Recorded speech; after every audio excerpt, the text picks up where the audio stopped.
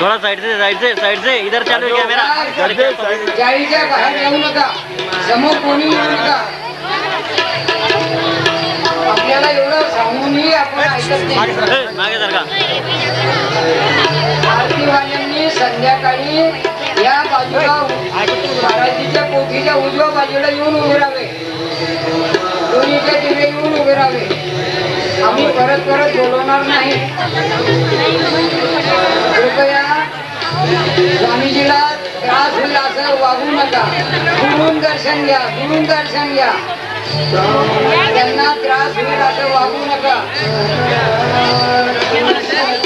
सगळ्यांनी शांतता ठेवावी.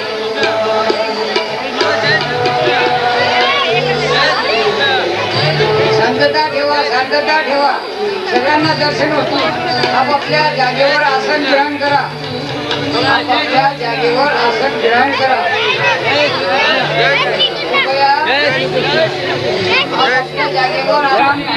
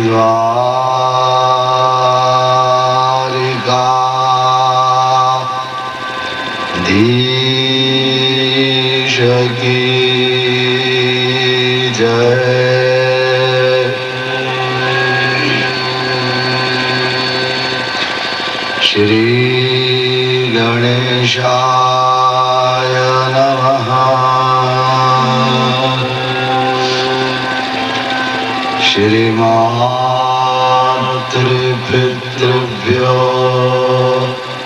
चरण कमलेभ्यो नमः.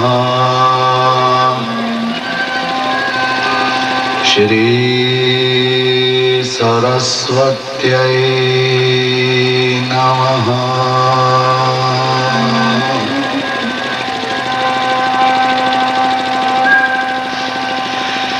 नमो भगवते तुभ्यं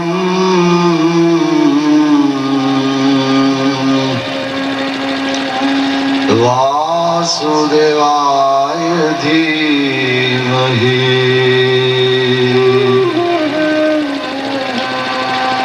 प्रद्युम्नाय अनिरुद्धाय नमः संकर्षणाय च.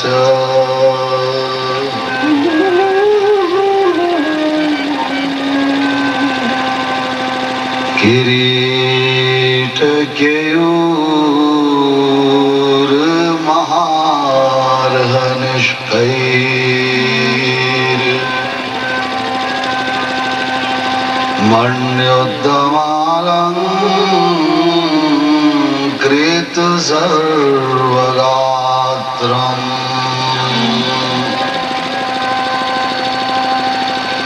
पीताम्बरं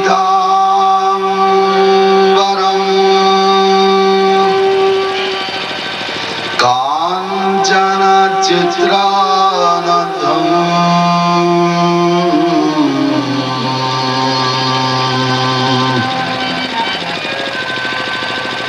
मालाधरं केशवमभ्युपैमि.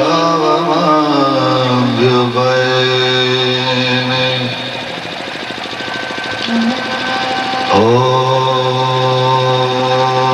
नमो भागवत पुराण पुरुषोत्तमाय. नमो वेदव्यास पराशर वाल्मीकि शुकचरण कमलेभ्यो नमः।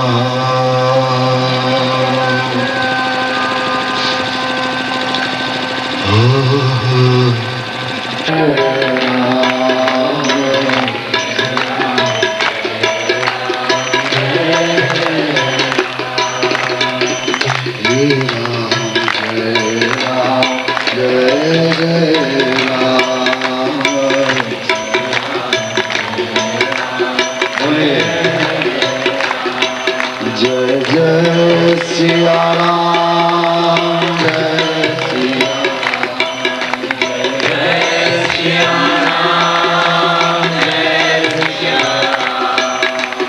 जय सिया राम, जय सिया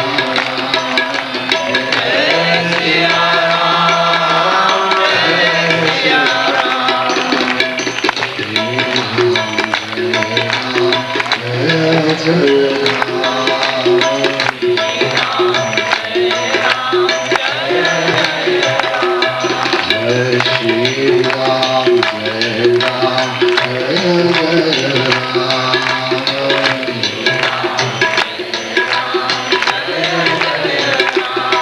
जय जय सिया राम, जय सिया जय जय सिया राम।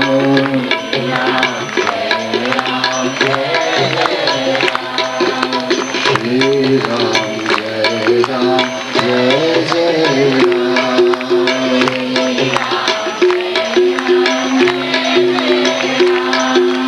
रघुपति राघव राजा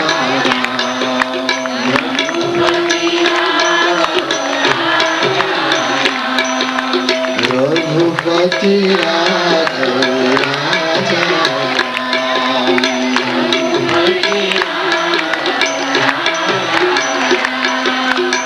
पतित पावन सीता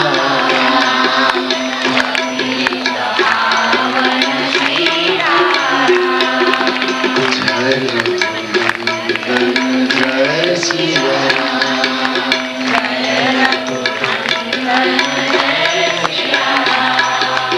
श्री राम, जय राम, जय जय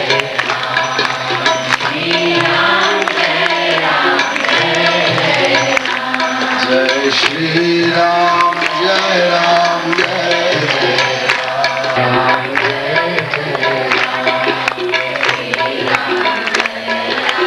जय श्री राम, जय राम, जय जय राम।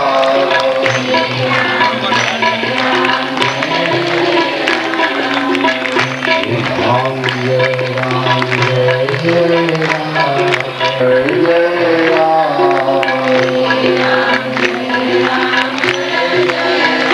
जय जय सिया राम, जय सिया राम, जय सिया राम, जय जय सिया राम, जय सिया राम, जय सिया राम, जय सिया राम, जय राम, जय जय राम,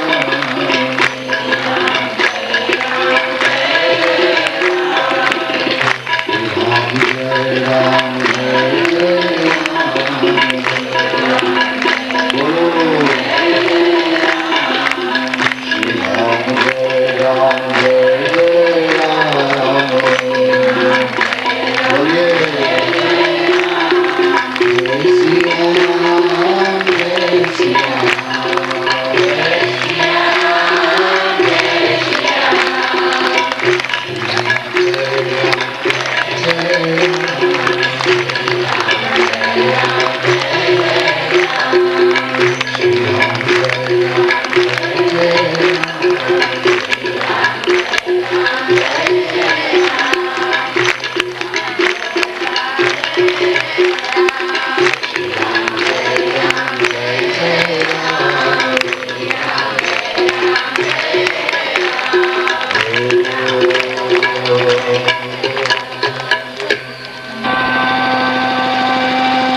शीश मुकुट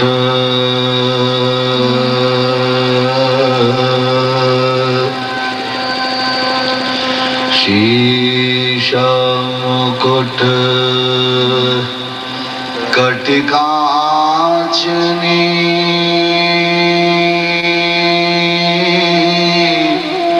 कर मुरली उर्माल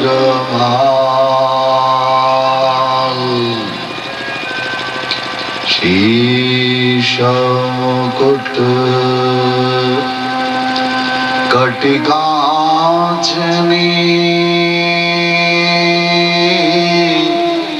कर मुरली उर्माल एहि वानिग मोमन बसो सदा बिहारी लाल श्री बाल कृष्ण लाल की जय श्री यमुने महारानी की जय हो।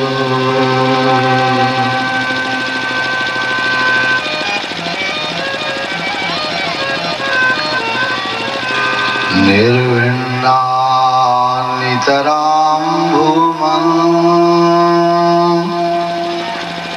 न सदिन्द्रियकर्षणात्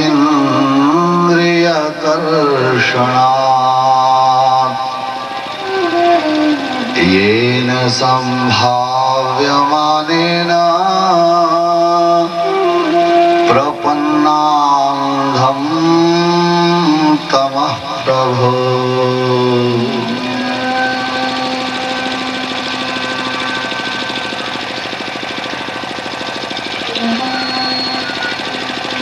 गंगा किनारे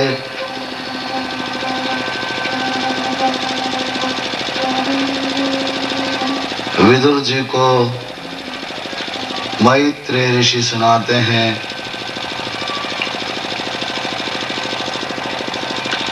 विदुर जी देवहूति माता भगवान कपिल नारायण के सामने विराजी हुई हैं, बैठी हुई हैं। आज पुत्र ही सद्गुरु बने हैं। बड़ी विनम्र, बड़ी कुलवान, बड़ी दिव्य इस देवहूति का चरित्र है। कैसा उज्जवल चरित्र इस महान नारी का। कैसी तो यह मनु की पुत्री, कैसा इसने विवाह किया। भर यौवन में विसृज्य कामं दंभं च द्वेषम लोभम अघम मदम। भरी जवानी में ये सब छोड़ा उसने। विसृज्य कामं दंभं च द्वेषम लोभम अघम मदम। ये सब पति का हाथ पकड़ते ही सब छोड़ दिया। और कैसी इसने दिव्य सेवा की, प्रातः काल आपने कथा में सुना।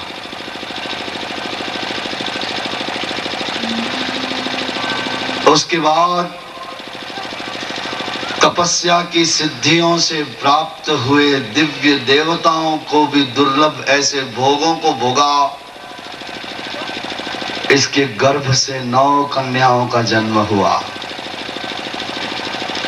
कोई कोई विद्वान, कोई कोई आचार्य ऐसा कहा करते हैं, ऐसा पढ़ने में आया है कि यह 9 कन्याएं नवधा भक्ति हैं।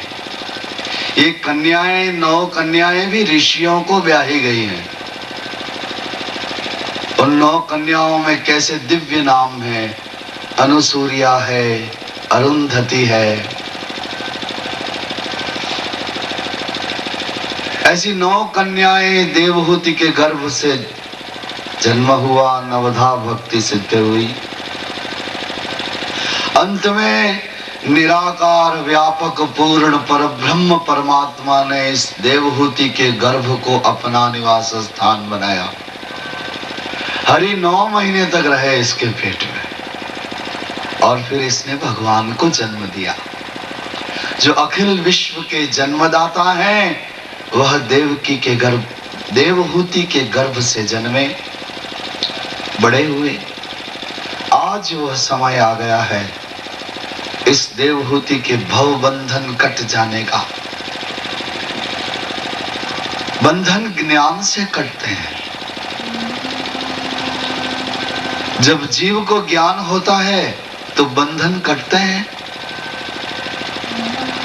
और अज्ञान के ही तो जीव को बंधन है। तो अज्ञान से उत्पन्न बंधन ज्ञान से ही कटते हैं। आज वो समय आ गया। आज सवेरे स्नान करके देवहूति माता बाहर आई। सरस्वती नदी में स्नान करके उन्होंने दर्शन किया। पीपल के वृक्ष के नीचे 16 वर्ष के भगवान कपिल नारायण मृग चर्म के आसन के ऊपर विराजमान हैं। बड़ी बड़ी उनकी आंखें हैं, घुंघराले बाल गले तक, विशाल वक्षस्थल, सुंदर भुजा, सुंदर स्वरूप, आधी आधी बंद आंखें, आधी आधी खुली हुई आंखें। देवहूति पास में चली गई। आज वह मां नहीं है, आज वह शिष्या हैं। हाथ जोड़कर बैठी हैं, नमस्कार करके कहती हैं, निर्विण्णा नितरां भूमन् न सदिदिन्द्रियतर्षणात्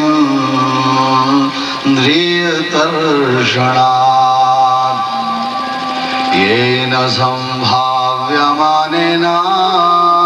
प्रपन्नादं तमः प्रभो। देवहूति कहते हैं कि भगवान, मैं अपनी इंद्रियों को, इस शरीर को सुख देते देते थक गई हूँ। ये इंद्रियां संतुष्ट ही नहीं होती। आंखें सुंदर सुंदर सुंदर देखना ही चाहती हैं, कान सुनना ही चाहते हैं, जीभ स्वाद लेना ही चाहती है, शरीर भोग भोगना ही चाहता है। इन इंद्रियों की तृष्णाओं को पूर्ण करते करते मैं थक गई हूँ। आप कृपा करें, मेरे अंधेरे को दूर करें। आपको मैंने इस तरह पाया है जैसे कोई अंधा अपनी आंखों में सूर्य को पा लेता है। ज्ञान दीजिए, मुझ पर कृपा कीजिए। मैत्रेय ऋषि कहते हैं कि जब इस तरह देवहूति ने प्रश्न किया तो भगवान उवाच, भगवान बोले, योग आध्यात्मिक पुंसाम मतो में निःश्रेयसाय में। योग आध्यात्मिक पुंसाम मतो निःश्रेयसाय में। अत्यंतो परतिर्यत्र दुःखस्य च सुखस्य च। ए मां, मैं तुम्हें एक आत्मनिष्ठ योग सुनाता हूं। मेरे मत के अनुसार मेरा आत्मनिष्ठ योग जीव के कल्याण का उपाय है।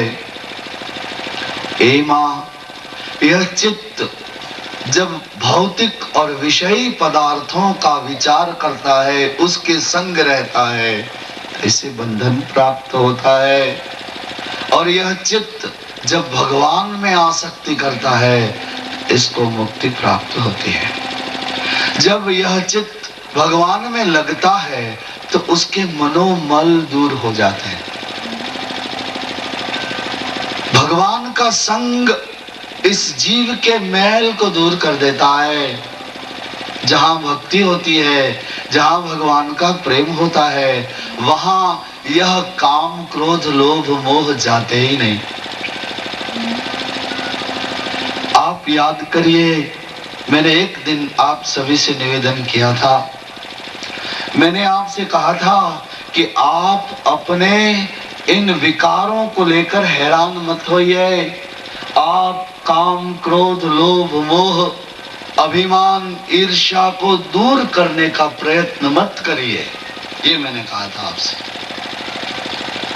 क्यों कि ये आपसे हो नहीं सकेगा, आप कर नहीं पाएंगे। ये बड़े बड़े महापुरुष इस काम को नहीं कर सके, आप कैसे कर पाएंगे?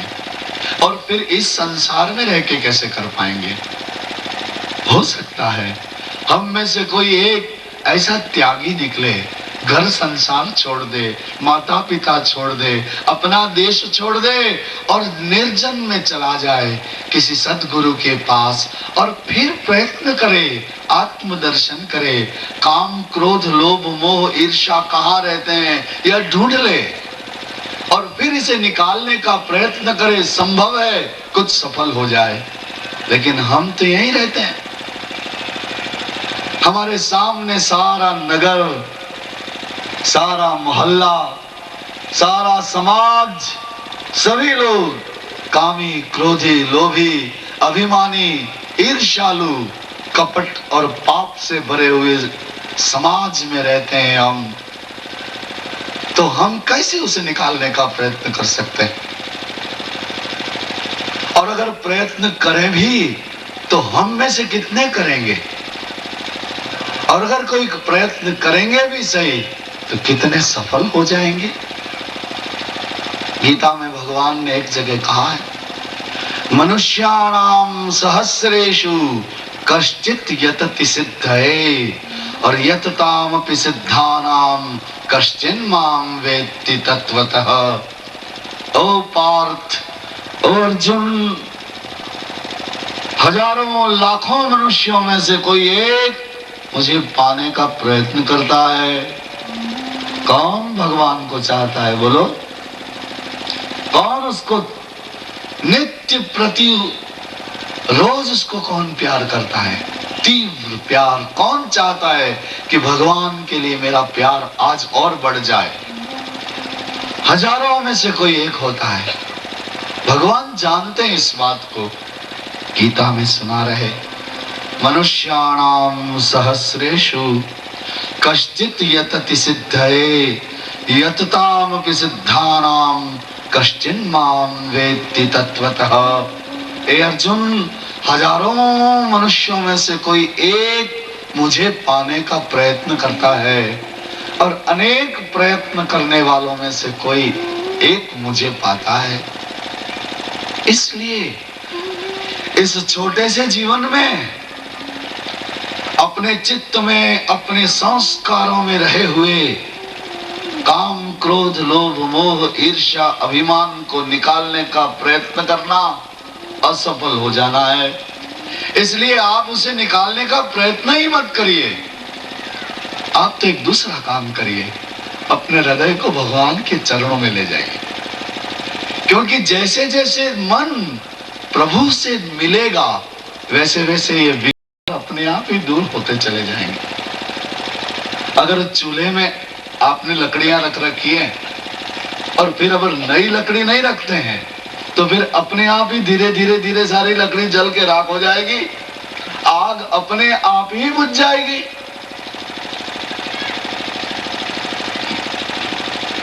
कपिल भगवान का ये मत है। वो कहते हैं समझने की बात है, तुम अपने मन को भगवान के प्रेम में लगाओ, रोज उसके सामने जाओ, नियमित कोई चित्र कोई मंदिर अपने घर में बनाओ, कोई ऐसा स्थान बनाओ अपने घर में जहां तुम भगवान की छवि रखो और उसके सामने नियमित रूप से जाओ, स्थिर भाव से 10-15 मिनट आधा घंटा जितना तुम्हें मिले बैठो, खड़े रहो, बैठो, जो चाहो, बड़ी गहराई से उसके सामने रियलाइजेशन, स्वीकार करो, प्रभु मैं बड़ा अज्ञानी हूं, मुझे कुछ पता नहीं, जन्म मरण कुछ जानता नहीं, मैं नहीं जानता, मेरे अपने आप को भी नहीं जानता, भटका हुआ हूं, मुझ पर बड़ी कृपा करना। देखो, दीन दयालु हो तुम, कृपा के सागर हो तुम, मैं तुम्हारी शरण में हूं, मुझे अपने चरणों में स्थान दे दो। हे प्रभु, मैं अपने अपराधों की क्षमा मांगता हूं, मैं कुछ नहीं जानता, साफ अज्ञानी हूं, बिल्कुल छोटे बच्चे जैसा नादान हूं, मुझ पर दया करो, मुझ पर कृपा करो, मेरा हाथ पकड़ो, मुझे अपनी शरण में ले लो। इस तरह की ऐसी वास्तविक अपने ही शब्दों में, अपनी ही भावनाओं में, बड़े बड़े मंत्रों के चक्कर में मत पड़ो, वो आएंगे ही नहीं तुमको। तो गुरुजनों से सीखना पड़ता है, वो तो विद्या है। लोग हमारे सामने क्या करते हैं कि अपने बच्चों को कहते हैं, बोल चल शांताकारम सुना दे गुरु जी को। मंत्रों के चक्कर में मत पड़ो, तुम्हारी वास्तविक भावना भगवान मंत्र नहीं देखता, परमात्मा तुम्हारा भाव देखता है, तुम्हारा समर्पण देखता है। ऐसा तुम नित्य प्रति करो। जब तुम नित्य ऐसा करने लग जाओगे, जब तुम नित्य ही ऐसा करने लग जाओगे, तो तुम्हारे काम, क्रोध, अभिमान, कपट, पाप अपने आप ही दूर होने लग जाएंगे, तुम्हें नहीं करना पड़ेगा। भगवान की कृपा ये काम कर देगी। तुम तो एक ही काम करो कि अपने हृदय में प्रेम बढ़ाओ। जैसे जैसे प्रेम बढ़ेगा, वैसे वैसे विकार निकलते जाएंगे, विषय वासना निकलती जाएगी। देखिए, मैं आपको इसलिए कथा सुनाता हूं कि मेरी बातें आपके हृदय में रह जाएं। मुझ पर कृपा करना, मेरे इस परिश्रम की लाज रखना, अपने जीवन में इस प्रकार का नियम बना लेना। प्रेम के लिए कोई विद्वान नहीं होना पड़ता, उसके लिए कोई विद्वत्ता नहीं लानी पड़ती, कोई बहुत बड़े बड़े ग्रंथ नहीं पढ़ने पड़ते। प्रेम तो प्रेम है, सभी में एक जैसा ही होता है।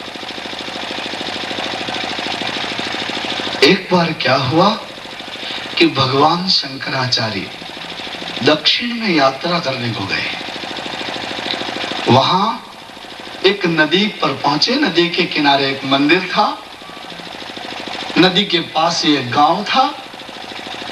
स्नान करने पहुंचे भगवान शंकराचार्य। उन्होंने क्या देखा कि एक ब्राह्मण जरा प्रौढ़ 50-60 वर्ष का, और नहा धो करके और तिलक वगैरह करके आसन पर बैठ करके गीता जी का पाठ कर रहा था नदी के किनारे। शंकराचार्य ने देखा, शंकराचार्य ने सुना कि ब्राह्मण बहुत अशुद्ध पाठ कर रहा था, उसको आता ही नहीं था, उसको अक्षरों के उच्चारण भी नहीं आते थे, लेकिन वो तो लगा हुआ था, पाठ कर रहा था। भगवान शंकराचार्य ने ब्राह्मण को देखा, आश्चर्यचकित हो गए, क्योंकि ब्राह्मण की आंख में से धारा प्रवाह, अश्रु धारा निकल रही थी। वो रोता जा रहा था, उसकी आंख से आंसू बह रहे थे, और वह पाठ कर रहा था। उसका पाठ बिल्कुल अशुद्ध था, उसे संस्कृत पढ़ना ही नहीं आता था, उसको संस्कृत का कोई ज्ञान ही नहीं था। उसके हाथ में तो किताब थी और वो उल्टा सीधा कुछ भी उच्चारण कर रहा था, और उसकी आंख से आंसू गिर रहे थे। शंकराचार्य को बड़ा आश्चर्य हुआ कि ये मंत्र पढ़ ही नहीं सकता, मंत्र समझ ही नहीं सकता, तो फिर ये रोता क्यों है? भगवान वहीं रुक गए। शंकराचार्य आधा घंटा, 1 घंटा उस ब्राह्मण ने अपना पाठ पूरा कर लिया। पुस्तक बांध दी। शंकराचार्य उसके पास गए। साधु को अपने सामने देखकर ब्राह्मण ने प्रणाम किया। शंकराचार्य ने पूछा कि अरे भाई, तुम पाठ कर रहे हो? ब्राह्मण ने कहा कि महात्मा जी क्षमा करिएगा, मुझे तो कुछ आता नहीं, संस्कृत नहीं आती। शंकराचार्य ने पूछा कि तुम रो क्यों रहे हो फिर, जब समझते ही नहीं हो, जो पढ़ भी नहीं सकते तो अर्थ का तो सवाल ही नहीं है, तो फिर तुम्हारे रोने का क्या कारण? तो उस ब्राह्मण ने कहा कि देखिए महात्मा जी, मैं प्रतिदिन आता हूं यहाँ गीता की पुस्तक लेकर, और यहाँ नहा करके और बैठ जाता हूँ आसन लगा करके गीता जी को खोल करके। जब मैं ये गीता के अक्षर देखता हूँ तो मुझे एक ही बात की इच्छा होती है। मुझे ये दिखाई देता है कि रथ में भगवान कृष्ण विराजे हुए हैं, अर्जुन हाथ जोड़ करके बैठा हुआ है और भगवान ऐसे मुड़ करके अर्जुन को ज्ञान सुना रहे। मुझे ऐसा होता है कि जैसे अर्जुन को भगवान ने ज्ञान सुनाया, ऐसा वो मुझे कब सुनाएंगे? मुझे वो भगवान मुझसे कब बोलेंगे? मैं भी तो अर्जुन जैसा ही हूं। अर्जुन रो रहा था, मैं भी तो रो रहा हूं। अर्जुन की आंख में आंसू थे अश्रुपूर्ण, वो भी तो रो रहा है रथ में बैठा बैठा। तो भगवान को दया आ गई अर्जुन पर, आंसू बहाते हुए अर्जुन पर भगवान को दया आ गई। तो मैं भी तो आंसू बहा रहा हूं, कब उसको मुझ पर दया आ जाएगी, कब वो मुझे ज्ञान सुना देगा? ये क्या था पता है आपको? प्रेम, भक्ति, विश्वास, श्रद्धा इसका नाम। श्रद्धावान लभते ज्ञानम। ज्ञान किसे मिलता है? जो श्रद्धावान होता है। इसलिए बड़े बड़े मंत्रों के चक्कर में मत पड़ना, बेकार की मालाएं मत घुमाना। अंदर से होता है जो होता है सो। हरि की शरण में नित्य जाना, रोज अपने जीवन का यह नियम बना लेना। 15 मिनट, आधा घंटा, जितना भी तुम्हें मिले, सब काम छोड़ देना, हरि के पास जाना। स्वल्पमप्यस्य धर्मस्य त्रायते महतो भयात्। एक छोटे से धर्म का आचरण विशाल भय से व्यक्ति को दूर कर देता है। धर्म का आचरण छोटा होता है तो भी वह तुम्हें बड़े भय से दूर कर देता है। इसलिए मैं आपसे कह रहा हूं कि आप अपने इन विकारों को दूर करने के लिए बहुत मेहनत मत करना, क्योंकि ये तुम कर ही नहीं सकोगे, क्योंकि तुम ये ढूंढ ही नहीं पाओगे कि काम कहाँ रहता है, क्रोध कहाँ रहता है, लोभ कहाँ रहता है, ईर्ष्या अभिमान कहाँ से उगता है भीतर। वो जमीन है कहाँ जहां इन सब की पैदावार होती है? वो जमीन ही नहीं ढूंढ पाओगे तुम अंदर। हमारे लिए वो दुरूह है। इसलिए हमसे हो सके, सभी से हो सके, वो एक यही काम हो सकता है कि तुम रोज भगवान के पास जाओ और रोज उसको कहो कि तेरे लिए मेरा प्रेम बढ़ जाए, मैं यही मांगता हूं। हे भगवान, मुझे भिक्षा दे दो, तुम तो जगत के दाता हो, बड़े दानी हो, तुम सब पर कृपा करते हो तुम। और तुम्हारा तो नियम है ना, शरण में आए हुए की रक्षा करते हो तुम, ऐसा तुम्हारा यश है। तुम्हारे विषय में ऐसा गाया जाता है, संत ऐसा कहते हैं, सदग्रंथ ऐसा कहते हैं। तुम्हारी शरण में आने वाले को तुम अभय देते हो, तुम ज्ञान देते हो। मुझे कुछ नहीं चाहिए, मुझे तो तुम अपना प्रेम दो, तुम्हारी भाषा में, जो तुमको आता हो उसी भाषा में ऐसा ही बोलो और उस भावना से थोड़ी देर भर जाओ। बस यह कर्म आपको विकारों से दूर कर देगा। कपिल भगवान के कहने का तात्पर्य यही है। ए मां, मैं तुम्हें सांख्य योग सुनाता हूं। जिससे आत्मज्ञान हो जाता है। कपिल भगवान कहते हैं कि यह शरीर 24 तत्वों का बना हुआ है। भगवान कहते हैं कि 2 तत्व होते हैं, एक है पुरुष तत्व, एक है प्रकृति तत्व। ये सारा विश्व, अखिल ब्रह्मांड 2 भागों में बटा हुआ है, एक चैतन्य तत्व और एक जड़ तत्व। चैतन्य को पुरुष कहते हैं और जड़ को प्रकृति कहते हैं। तो जो जड़ है वह चैतन्य के बिना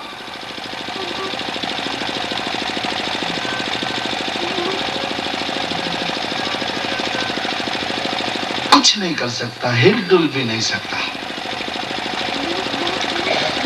तो ये जो सांख्य शास्त्र का ज्ञान है, जो भगवान कपिल भगवान सुना रहे हैं देवहूति मां को, बड़ा कठिन है यह। हम लोगों के पास समय की मर्यादा होती है। कल हमें कृष्ण जन्म उत्सव हमें करना है। ये सारे विषय बड़े दुरूह होते हैं, लेकिन फिर भी मैं प्रयत्न करता हूं कि आप इस विषय को समझ लें। भगवान कहते हैं कि मां देवहूति 2 तत्व होते हैं, एक पुरुष तत्व और एक प्रकृति तत्व। पुरुष में चेतना होती है, जीवन होता है, और प्रकृति जड़ होती है, उसमें जीवन नहीं होता। प्रकृति 24 तत्वों की बनी हुई होती है। 5 महाभूत, 5 ज्ञान इंद्रियां, 5 कर्म इंद्रियां, 5 तन्मात्रा, मन बुद्धि चित्त अहंकार। ये 24 तत्वों से आपका शरीर बना हुआ। सभी का शरीर इन 24 तत्वों से बनता है। सभी बोलिए विठ्ठल विठ्ठल विठ्ठल हरि नारायण।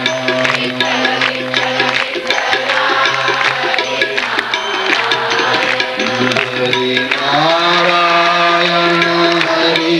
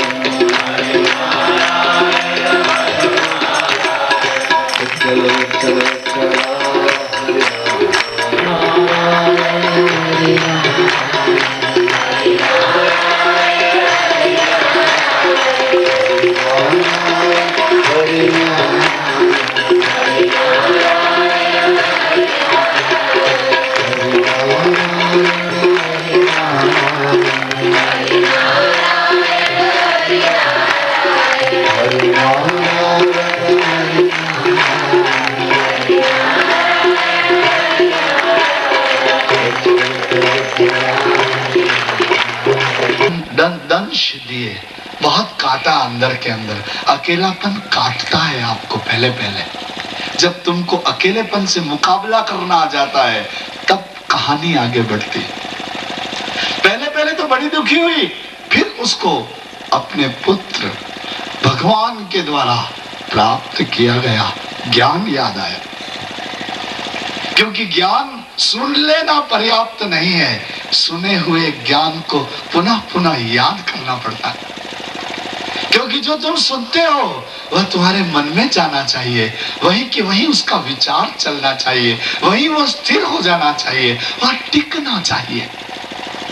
व्यक्ति के हृदय में सत्य, प्रेम, भक्ति, ज्ञान, अच्छाइयां रहती नहीं है, टिकती नहीं है, हमेशा नहीं रहती। ध्यान से देखो, दुनिया में प्रेम से भरे स्वभाव वाले लोग बहुत कम होते। ध्यान से देखो, इस दुनिया में जो अच्छा है बहुत कम है। देखो, पत्थर बहुत से हैं, हीरे कितने कम हैं। देखो, लोहा बहुत है, सोना कितना कम है। देखो, दूध बहुत सा होता है, मक्खन कितना कम होता है। देखो, फूल बहुत से होते हैं, अत्तर कितना कम होता है। खारे पानी के समुद्र भरे हुए हैं, पानी पी भी नहीं सकते तुम, खारे पानी। लेकिन जब मीठा पानी पीना होता है तो कुएं खोदने पड़ते। हर अच्छी चीज इस संसार में कम होती है, इसलिए गुणवान, ज्ञानी, भक्त ये भी कम होते हैं। क्यों मीरा नहीं होती अब?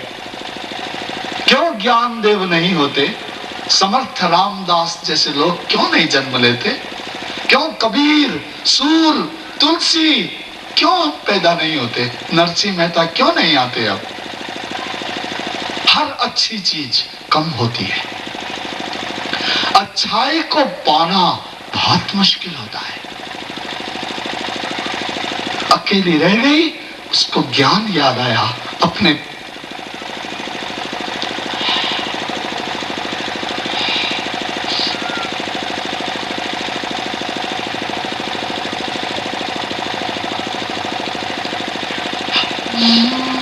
उसको अपने पुत्र के द्वारा सुना हुआ ज्ञान याद आया। उसको अपने पुत्र याद आए। पहले पहले तो यहां भागवत जी में लिखा है, वो ऐसी दुख से कातर हो गई, कपिल भगवान के स्मरण में ऐसी बीच गई जैसे गाय से तुरंत का जन्मा हुआ बच्चा गाय का कोई छीन ले, और गाय जैसे तड़पती है, जैसे छटपटाती है, जैसे दुखी होती है, ऐसे दुखी हुई पहले पहले तो। क्या मालूम, आत्मदर्शन के पहले सभी भक्त दुखी ही होते हैं। अर्जुन भी दुखी था, देवहूति भी दुखी हुई। फिर उसे धीरे धीरे सुना हुआ ज्ञान स्मरण में आया, स्मृति में आया। उसने दिल से सुना था, इसलिए जो सुना था वह सारा फिर से याद आ गया। फिर ज्ञान का चिंतन किया, मनन किया, आरूढ़ हो गई, ज्ञान में स्थिर हो गई, ध्यान में लग गई, योग में लग गई, भक्ति में लग गई, सांख्य योग के द्वारा अपने अंतरात्मा को पहचानने लगी। अकेली अकेली अकेली अकेली साधना में डूबी रही। धीरे धीरे धीरे उसकी साधना परिपक्व होती चली गई और उसको अपने भीतर ही भगवंत के दर्शन होने लगे। एक दिन इस शरीर की आयुष्य भी पूरी हो गई और उसका अंतरात्मा इस शरीर को छोड़ करके श्री हरि के धाम में चला गया। मैत्रेय ऋषि वर्णन करते हैं कि जो भी कथा कहने वाला इस देवहूति के, कपिल भगवान के अवतार के इस चरित्र को प्रेम से सुनाता है, इस मनुवंश की कथा को कहता है, उस कथा कहने वाले और सुनने वाले सभी के हृदय में श्री हरि का निवास होता है।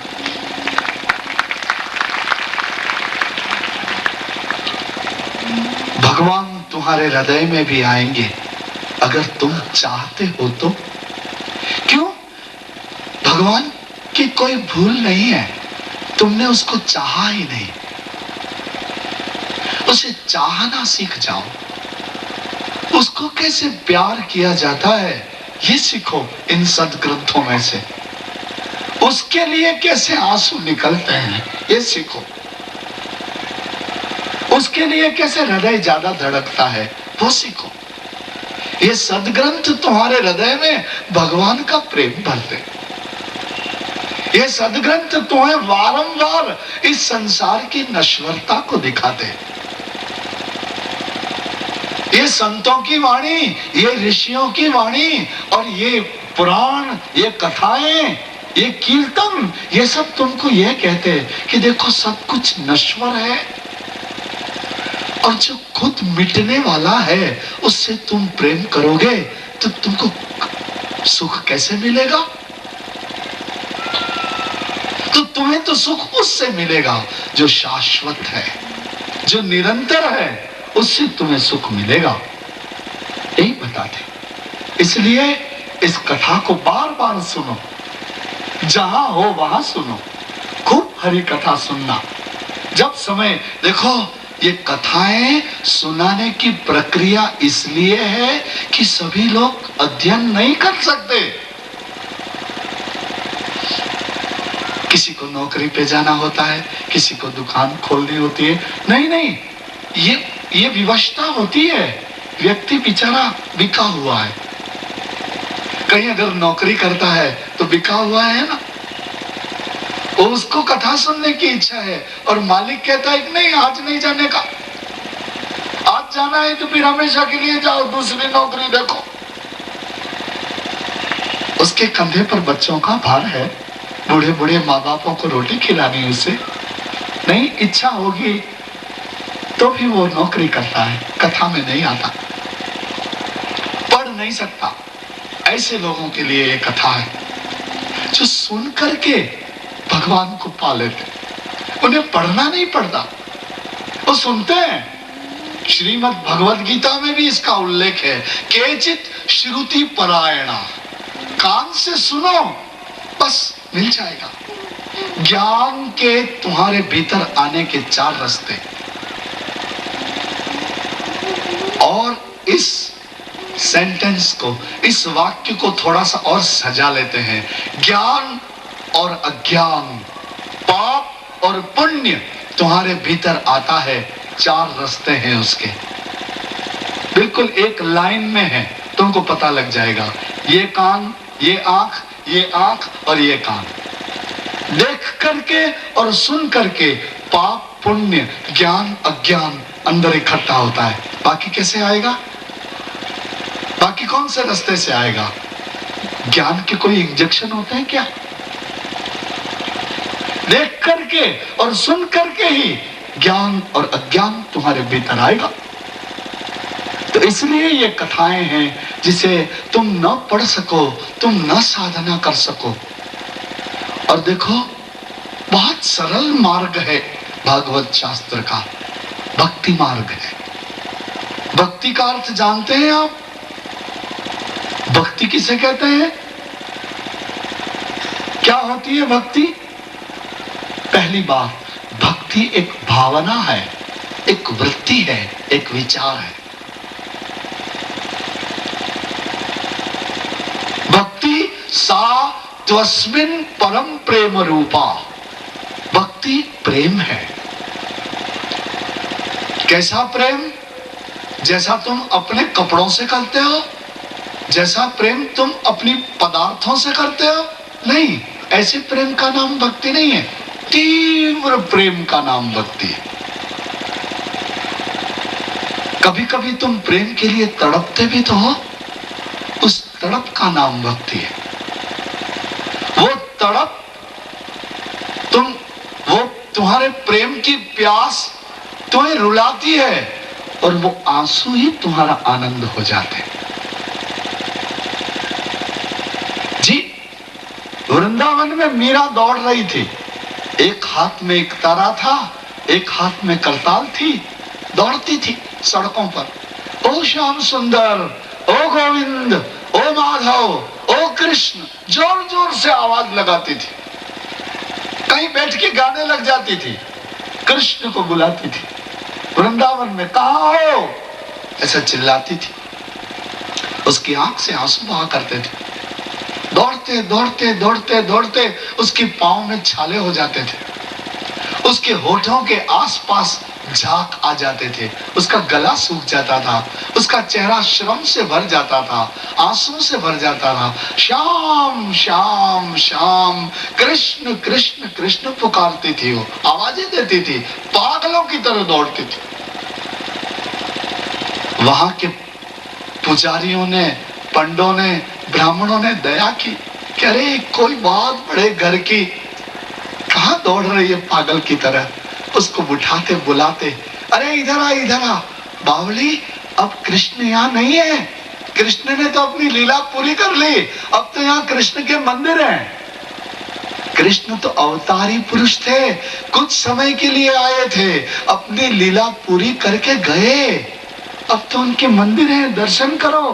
कृष्ण कृष्ण कहां पुकारते हो, कृष्ण अब नहीं आएगा, कृष्ण अब नहीं मिलेगा। तो मीरा हंसने लगी, करे पागलों तुम क्या समझो, मुझे कृष्ण से मिलना ही नहीं। तो उन्होंने कहा कि अरे पागल के तेरे पुकार रही हो, बोले पुकारने में जो सुख है वो मिलने में नहीं है। मैं चाहती नहीं कि मुझे मिले,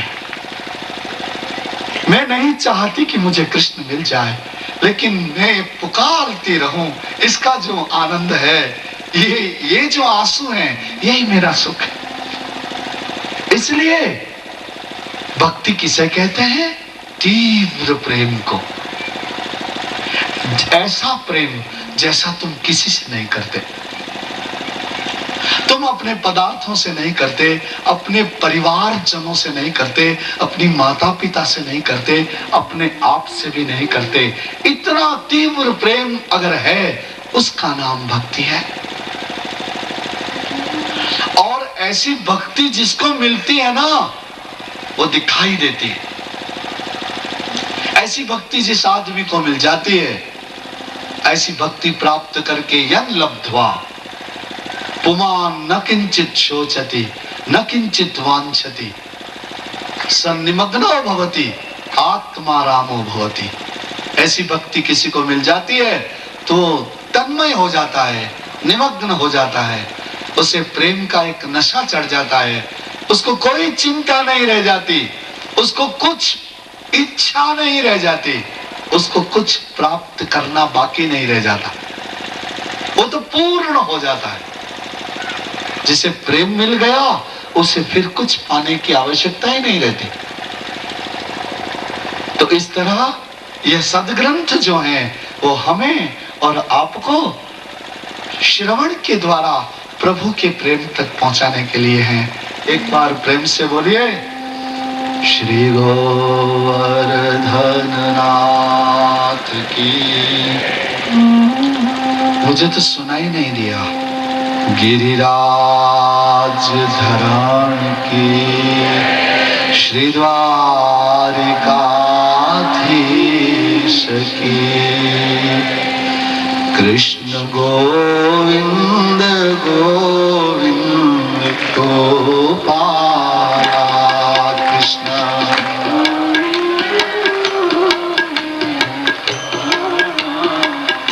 ओ राधे गोविंद गोविंद गोपाला कृष्ण।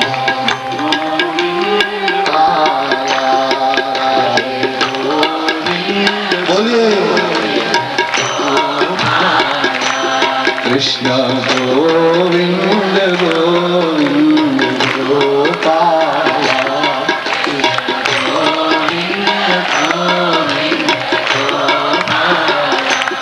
जय मुरली मनोहर नंदलाला।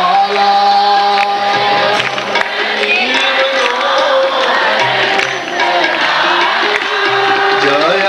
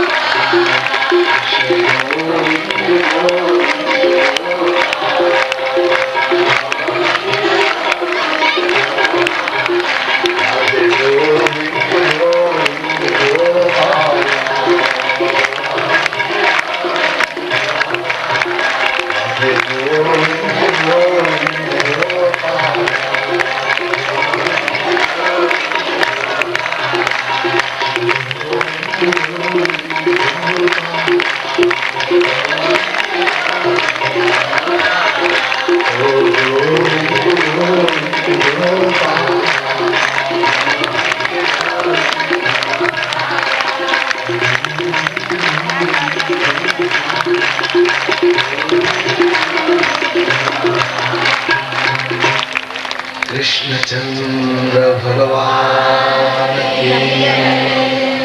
इस तरह रुचि के साथ हुआ। रुचि के साथ ब्याही गई बड़ी लड़की मनु राजा की आकुति, और उसके वहां भी यज्ञ का अवतार हुआ। भगवान निराकार पूर्ण पर ब्रह्म यज्ञ के साथ दक्षिणा के साथ प्रकट हुए। यज्ञ और दक्षिणा का अवतार हुआ। और इतना ही नहीं, वो जो देवहूति आपने कथा सुनी ना, उसकी एक पुत्री थी, उसका नाम अनुसूया था। वो अनुसूया अत्रि ऋषि से शादी करवाई थी। अत्रि और अनुसूया तपस्या करने लगे, भगवान की आराधना करने लगे। धीरे धीरे धीरे धीरे तप जब उग्र बन गया, आराधना जब सिद्ध हो गई, भगवान प्रकट हो गए। भगवान ने अत्रि और अनुसूया दोनों पति पत्नी से पूछा कि तुमने क्या चाहते हो, क्यों तप कर रहे हो, क्या इच्छा तुम्हारी, बोलो। मैं सभी इच्छाओं को पूर्ण करने वाला नारायण तुम्हारे सामने आया। अत्रि और अनुसूया ने कहा कि देखो भगवान, हम तो पति पत्नी हैं, अब पति पत्नी को क्या चाहिए, पुत्र चाहिए, तो हमें पुत्र चाहिए। भगवान हंसने लगे, पुत्र चाहिए तो मेरी क्या आवश्यकता,